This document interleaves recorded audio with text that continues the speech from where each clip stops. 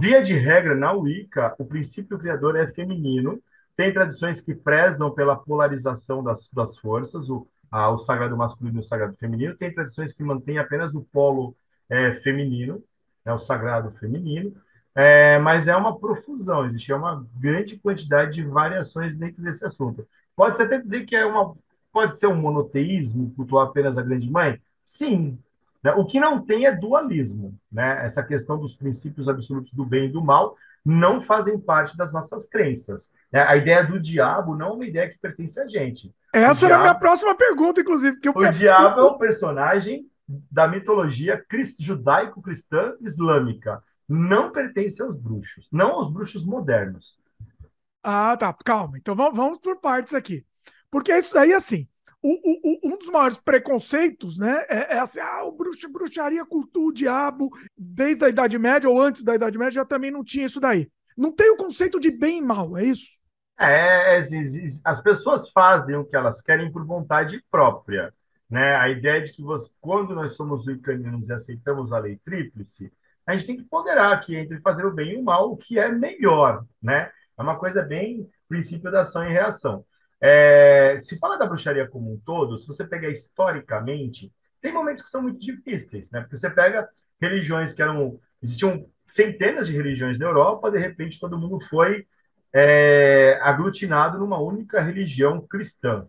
E quem não aceitava aquilo, ou era morto, ou era expulso, ou sofria penalidades. E não preciso nem falar de bruxaria, né? Quando a Espanha foi unificada, por exemplo, por Leão e Castela, os judeus, os muçulmanos, ali tiveram que optar por ou se converter ao cristianismo ou abandonar a Espanha. A galera quase morreu de fome lá, porque os agricultores todos eram muçulmanos, né? Então, assim, a galera foi embora, né? Portugal aceitou um monte de gente ali, mas depois que as navegações se estabeleceram, Portugal também passou a obrigar os judeus a se converterem. Tinha gente que morria só porque usava coentro, né? Que é Nossa, uma coisa bem específica da culinária judaica, que se você tivesse coentro em casa e não salsa, você podia ser acusado de prática do judaísmo, né? Então, olha, assim, essa maluquice é muito difícil de falar, porque, né, os cristãos foram perseguidos pelo Império Romano por questões políticas, né? Eles não aceitavam cultuar o imperador. Quando assumiram o controle ali a partir de Constantino e Teodósio, eles passam a ter as mesmas práticas que eram realizadas contra eles, né? Carlos Magno, por exemplo, foi responsável por dizimar tribos inteiras no norte da Europa que não queriam aceitar, né, a fé católica, por exemplo. Né? Você tem alguns santos padroeiros dos países nórdicos, né, que eram verdadeiros psicopatas, né? São Olaf, padroeiro da Suécia ou Noruega, eu posso estar errado, se alguém me corrige aí, por favor. Ele foi um cara que passava de vila em vila, matando as pessoas e convertendo na base da espada, nossa. Qual que né? é o nome dele? São Olavo, Santo Olavo, Bem providencial, né? né? Não tô falando não, mas Neste, providencial mesmo. neste momento, o Olavo está calado, que não querendo comentar isso. Olavo não comenta sobre isso. Olavo não comenta sobre isso. Então, assim, durante a Idade Média, muita gente reagiu de forma extrema a vamos usar a Inquisição? Posso usar essa palavra aqui já? Porque, Sim. né, a Inquisição tem dois períodos. Inicialmente era para converter as pessoas, depois para obrigar as pessoas a se manterem dentro da doutrina.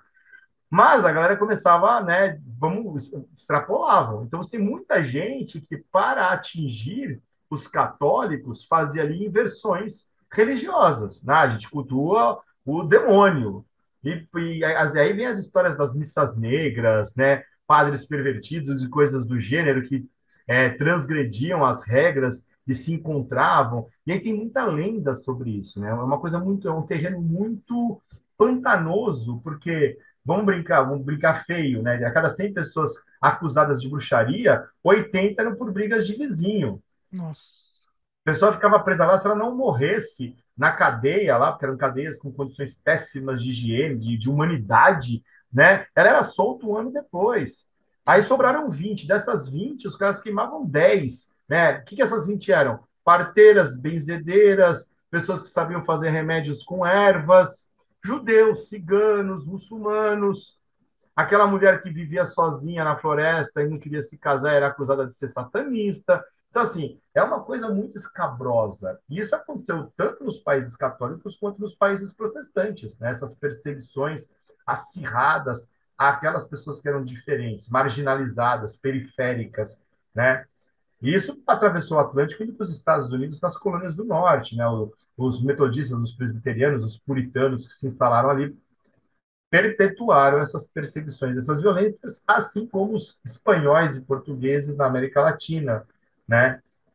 E os jesuítas, que para proteger os índios convertiam eles e acabavam com a cultura deles. Então é uma história muito difícil de ser relatada. E tinham pessoas que faziam, né, coisas profanas, né? Mas isso não é bruxaria. Faziam práticas que relacionavam coisas místicas, mágicas, astrologia e não sei o quê, né? E faziam ali a inversão dos valores cristãos dentro de uma missa, né? Que era totalmente invertida, mas não dá para dizer que isso era a bruxaria, era a feitiçaria, era qualquer outra coisa.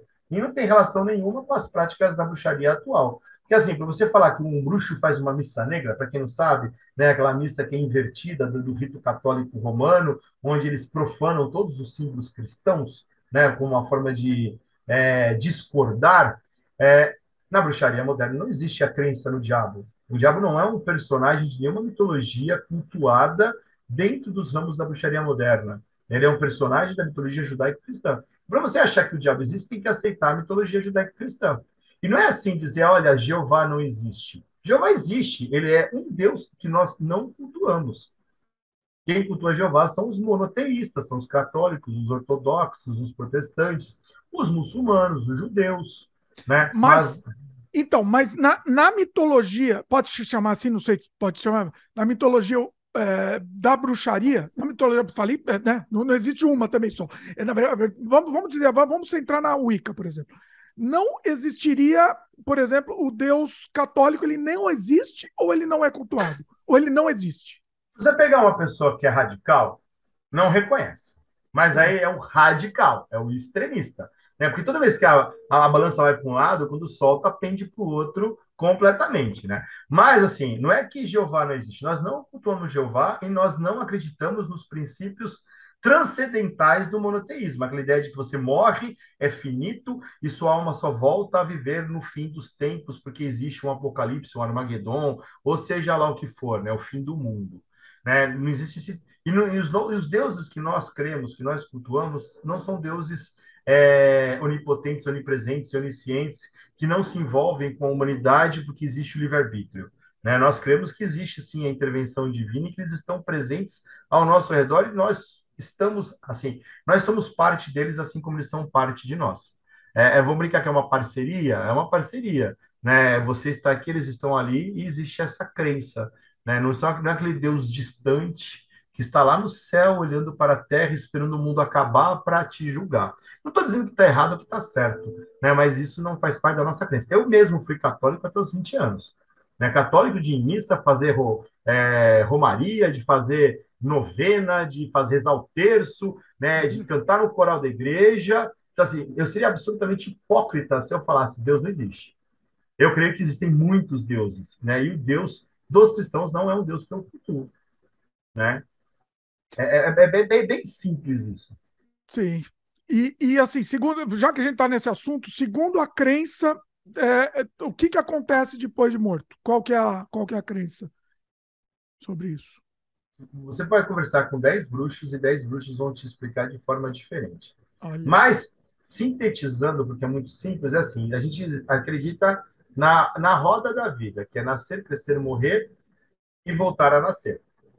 Para onde vai a sua alma, o seu espírito, cada grupo vai dizer uma coisa diferente. Vai para a terra do eterno verão, vai para a Ilha das Maçãs, vai para o mundo dos mortos, vai para o submundo.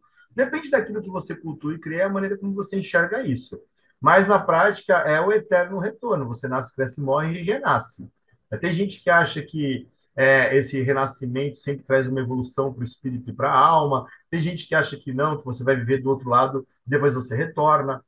Isso é até uma alusão, por exemplo, aos celtas, que os celtas eles enfrentavam os romanos na guerra e não tinham medo de morrer. Isso apavorava os romanos. Né? A muralha de Adriano e Antonino Pio foi construída porque eles não deram conta dos escoceses que corriam pelados, pintados de azul, porque achavam que estavam invisíveis e a faca enfiada na barriga, o cara estava te matando.